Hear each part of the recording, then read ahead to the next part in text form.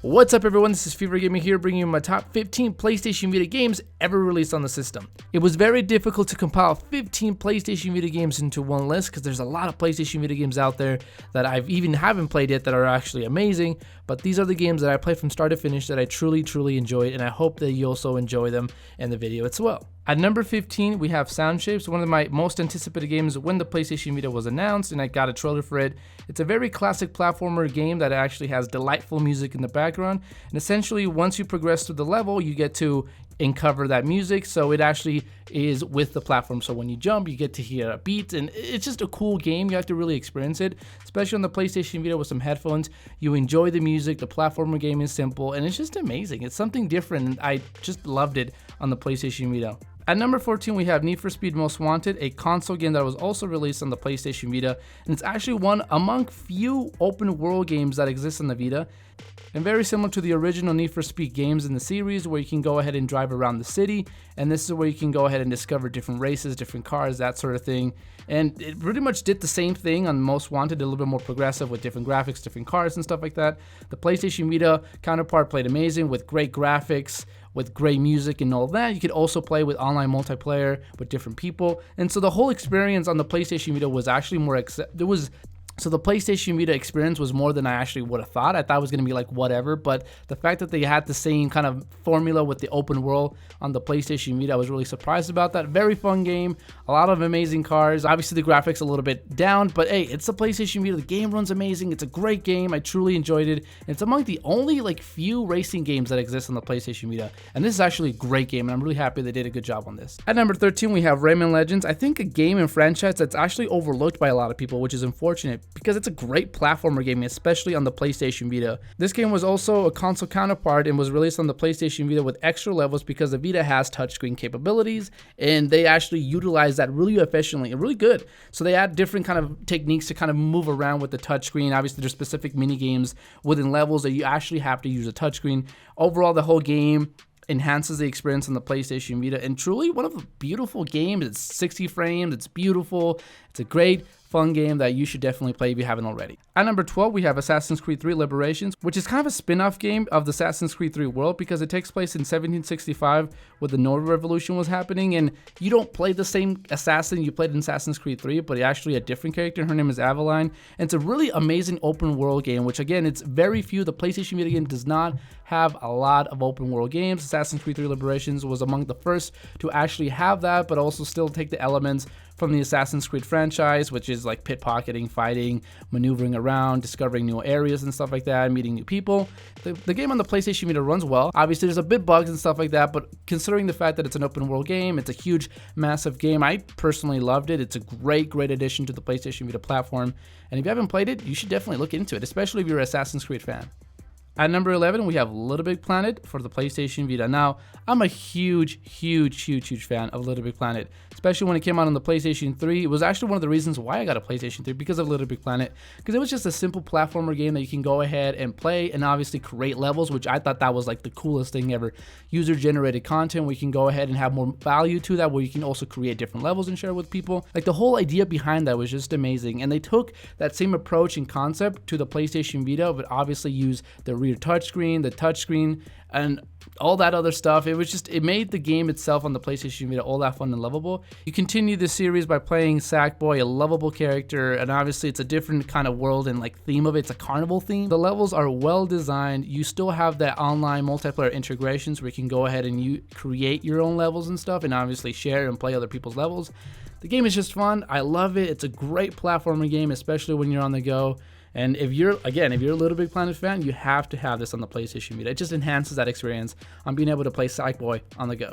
At number 10, we have Borderlands 2, a game that a lot of people were really anticipating for the PlayStation Vita. I personally have never played a Borderlands game before the Vita, and I loved it. That was a great game. Now, granted, it did suffer from some bugs and some frame rate issues, which is unfortunate, but other than that, they included the DLC that was released in Borderlands 2 on the Vita, and I got to experience that with different skins, different characters. The game itself was fun, it was quirky, it was just delightful, and the online multiplayer, I never really got to play it online because they always seemed to log me off or whatever. But the game overall, it's a great open world game. Again, a few on the PlayStation Vita, and I had a lot of fun with it. I really did. At number 9, we have Minecraft for the PlayStation Vita. You know, I don't really have to give it an introduction because most of you guys know what Minecraft is. It's a really open world 3D platformer game, I would describe it, with a lot of cool things to do. You can go ahead and create worlds. You can go ahead and just pretty much adventure off. The community behind the Minecraft series is just massive. There's a lot of people that really take time in creating these amazing games and having their own specific like online multiplayer games, from like Hunger Games to parkour, that sort of thing. The game and the community is just massive. Before the PlayStation Vita, you could only play Minecraft on your phone. Now this actually gives you buttons and accessibility with the PlayStation Vita, which also gives you the on-the-go interaction and integration with the PlayStation 3 and PlayStation 4. It just really enhances a whole Minecraft experience. And if you've never played it and you've been interested, I think the PlayStation Vita offers a better experience just because you can take it anywhere, and with that integration with the PlayStation 3 and PlayStation 4. At number 8, we have Freedom Wars, which pretty much takes the concept of Monster Hunter if you ever played on the PlayStation Portable, which is really like this cool game where you're like a small character and some of the bosses, and these bosses are just humongous that actually don't even cover in the whole screen of the PlayStation Vita. And it's a great game. It's a great combat fighting game, shooting game. It's very massive in that sense. There's a lot of collectibles. You'll definitely spend a lot of hours, especially when you decide to go ahead and play online with different people. This is where you can go ahead and get the full experience by getting collectibles, trading, and just really helping each other out, and getting XP and that sort of thing. So the game Freedom Wars, it was a great game. It was one more addicting. There's a lot of addicting gameplay on that for sure. It'll definitely spend hours and hours upon hours pretty much playing the online counterpart as well as the campaign. At number 7, we have Danganronpa 2, a game that honestly I've never played anything like it before, especially on the PlayStation Vita, which takes place in an isolated island with a bunch of other people. It's supposed to be a school trip, but like every other game, there's always a mishap and something happens. Afterwards, a murder happens, and pretty much the premise of the whole game is figuring out who did it and who can you trust and who can't you trust, and there's a lot of dialogue within this game. So if you don't enjoy reading, this is probably not a game for you.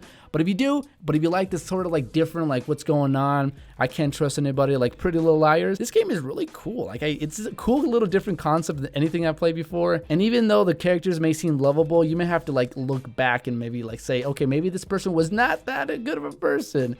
Maybe that bear isn't lovable. It's not like Winnie the Pooh. It's a great game. Trust me, it's a great game. At number 6, we have the Hotline Miami trilogy, which includes the first and second one. If you've been long in this channel, you know for a fact that I love Hotline Miami. Like the whole trilogy, both games, I love them, especially on the PlayStation Vita.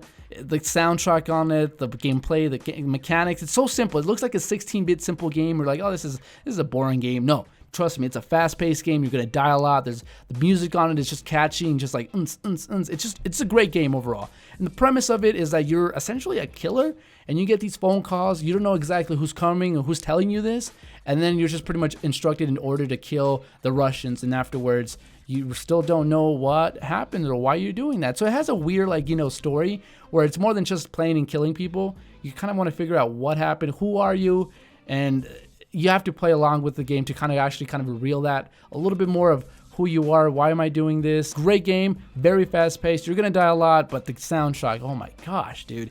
The soundtrack on Hotline Miami is like 100, dude. I love it.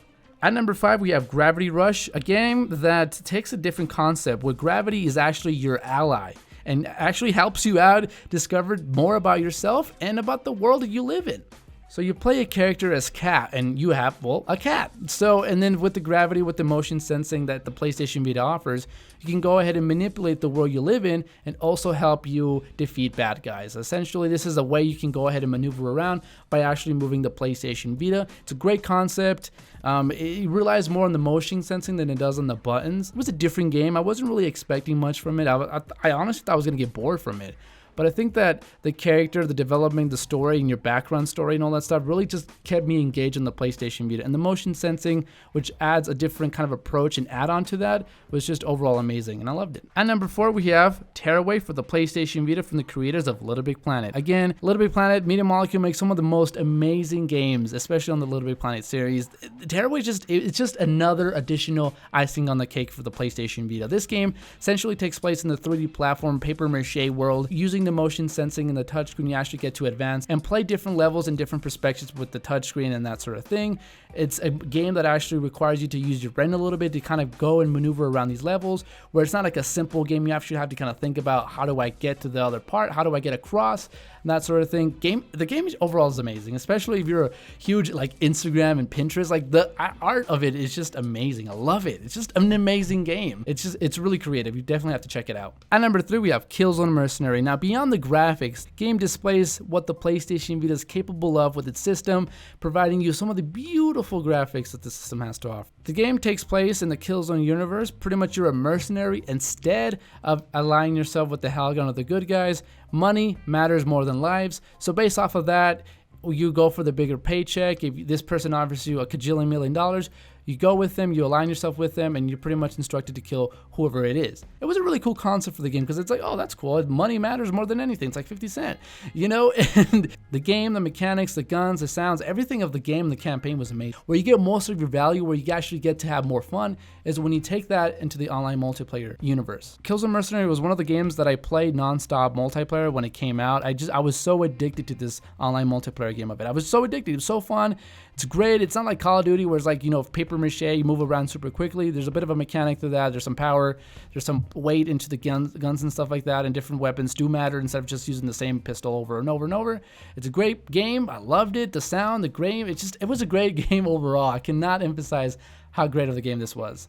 At number 2, we have Uncharted Golden Abyss. I love Uncharted. I love me some Nathan Drake. So being able to play Uncharted and Nathan Drake on the go, especially on a release date, now that was awesome. The game itself takes place in Central America, where you, Nathan Drake, the main character, are aligned with your old buddy Dante, with some good old adventurous mischief of finding some good old treasure. Sully, your good old pal, also joins you within the game as you progress more.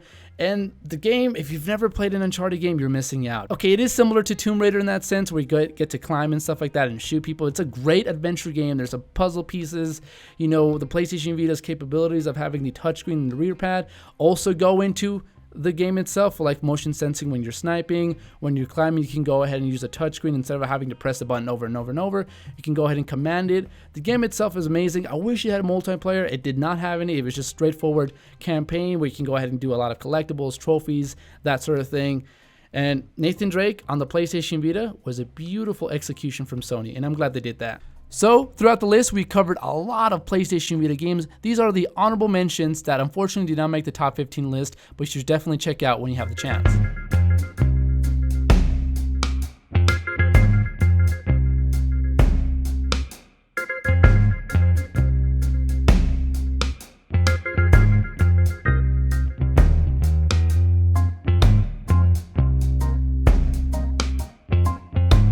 So, okay, the number 1 PlayStation Vita game of all time for me is, drumroll please, is Call of Duty Black Ops Declassified. No way. Are you serious? No way, dude, that game sucks. But no, seriously, the number 1 game for me is Persona 4 Golden, which is a PlayStation 2 reboot remake on the PlayStation Vita. And it was a game that I wasn't like really looking forward to, because I've never been a big fan of JRPG games. It's just never been my cup of tea, you know? And so a lot of friends have they've been telling me, hey man, you have to check this out. This game is awesome. This game's awesome. And I decided to go ahead and check it out. And I have not beaten the game, but I can say that the 40, 50 hours that I put in the game has been one of the most amazing, rewarding just experiences on the PlayStation Vita.